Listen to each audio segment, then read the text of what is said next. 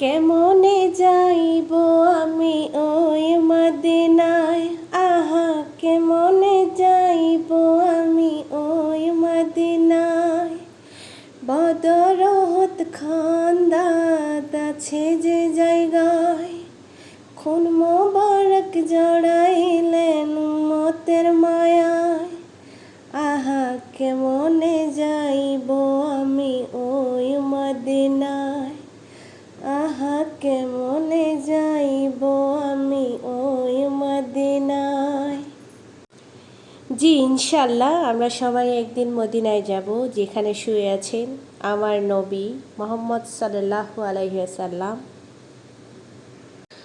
যারা যারা মদিনায় যেতে চান তারা একটু কমেন্ট বক্সে আমিন লিখে যান। আমি যদিও বা এখন না, পরবর্তীতে ইনশাআল্লাহ কখনো যদি যাই সবার জন্য আমি দোয়া করে আসব। আর আমাদের ন্যাক আশাগুলো যাতে পূর্ণ হয় এটার জন্য দোয়া করব। ভাজা করছিলাম তিতা করলা, আমার তিতা করলাটা ভাজা হয়ে গেছে। তিতা করলা আসলে ভালো একটা সবজি, এটা আসলে আমার হাজবেন্ডের সবচেয়ে প্রিয়, আমার ভালো লাগে না, তারপরে ভাজা করছি। ভালো লাগলে লাইক কমেন্ট শেয়ার করবেন।